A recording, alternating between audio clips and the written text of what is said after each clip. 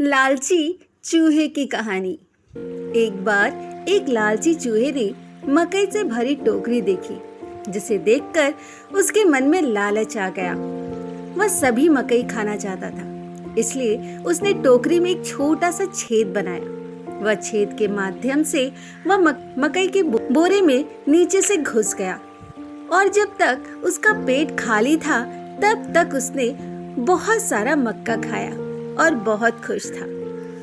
चूंकि ढेर सारा मकई खाने के बाद उसका पेट भर चुका था, तो अब वह बोरे से बाहर आना चाहता था। उसने छोटे छेद के माध्यम से बाहर आने की पूरी कोशिश की, लेकिन वह सफल नहीं हुआ क्योंकि उसका पेट भरा हुआ था और ऊपर से मकई के दानों से वह दब चुका था। फिर उसने कई बार कोशिश की, लेकिन इसका कोई फायदा नहीं हुआ और अंत में चूहा रोने लगा। एक खरगोश पास से गुजर रहा था। उसने चूहे का रोना सुना और पूछा, तुम रो क्यों रहे हो मेरे दोस्त? चूहे ने समझाया, मैंने इस बोरी में एक छोटा सा छेद बनाया और टोकरी में मकई खाने के लिए अंदर आ गया और अब मैं उस छेद से नहीं निकल पा रहा हूँ। तब खरगोश ने कहा, ये इसलिए है क्योंकि तुमने बहुत खाया।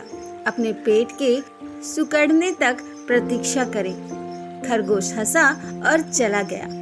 चूहा टोकरी में सो गया। अगली सुबह उसका पेट सिकुड़ गया था, लेकिन उसे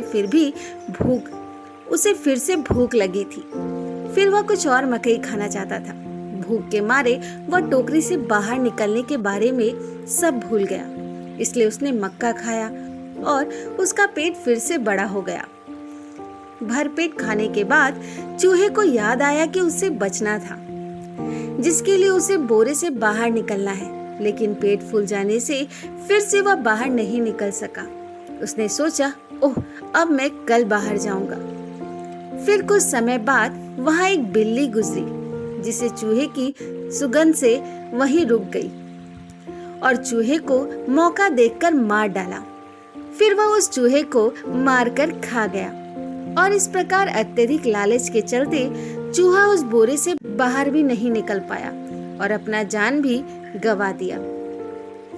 दोस्तों, इस कहानी से हमें यही शिक्षा मिलती है कि लालची होना हमारा स्वाभाविक प्राकृतिक हो सकता है, लेकिन कभी भी हमें लालच नहीं करना चाहिए, क्योंकि लालच हमें बुरी स्थिति ही लाती है, जो कि खुद के लिए मुसीबत का कारण बन जाता है। इसलिए जैसा कि लालच करना बुरी बला है, इसलिए इस कहानी से हमें यही शिक्षा मिलती है कि कभी भी लालच नहीं करनी चाहिए। तो दोस्तों, आज की ये कहानी कैसी लगी कमेंट द्वारा जरूर बताएं और हाँ, मेरे चैनल को लाइक शेयर सब्सक्राइब करना ना भूलें। धन्यवाद।